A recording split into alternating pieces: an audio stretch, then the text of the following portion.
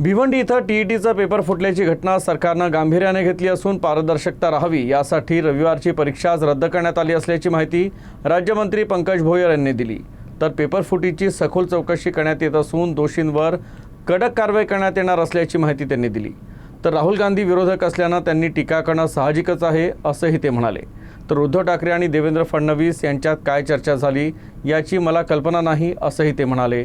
ते अमरावती इथं बोलत होते। टीईटीची परीक्षा ही आज म्हणजे 28 जून रोजी संपूर्ण महाराष्ट्रातल्या 1028 केंद्रांवरती होणार होती। ही परीक्षा पारदर्शक पद्धतीने त्या ठिकाणी झाली पाहिजे याची पूर्ण उपाययोजना शालेय शिक्षण विभागाच्या वतीने करण्यात आली होती।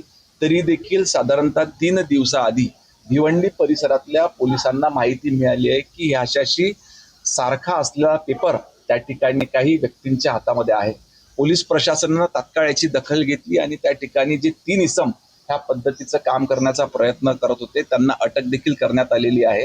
ही परीक्षा पुन्हा एकदा पारदर्शक पद्धतीनेच पार पाडली गेली पाहिजे म्हणून सध्या परीक्षा आजची रद्द करण्यात आलेली असून ती पोस्टपोन करण्यात। राहुल गांधींनी टीका यावर केली आहे। पेपर लीक नाही तर युवकांच्या भविष्याची चोरी झालेली आहे असं म्हटलेलं आहे राहुल गांधींनी। राहुल गांधी हे विरोधात असल्यामुळे टीका करणे त्यांच्याकडनं अपेक्षितच आहे, परंतु आपण सांगू इच्छितो की हा पेपर लीक नाही झाला पाहिजे याच्याकरिता शासनाच्याच दुसऱ्या विभागाच्या वतीने ही कार्यवाही करण्यात आलेली आहे।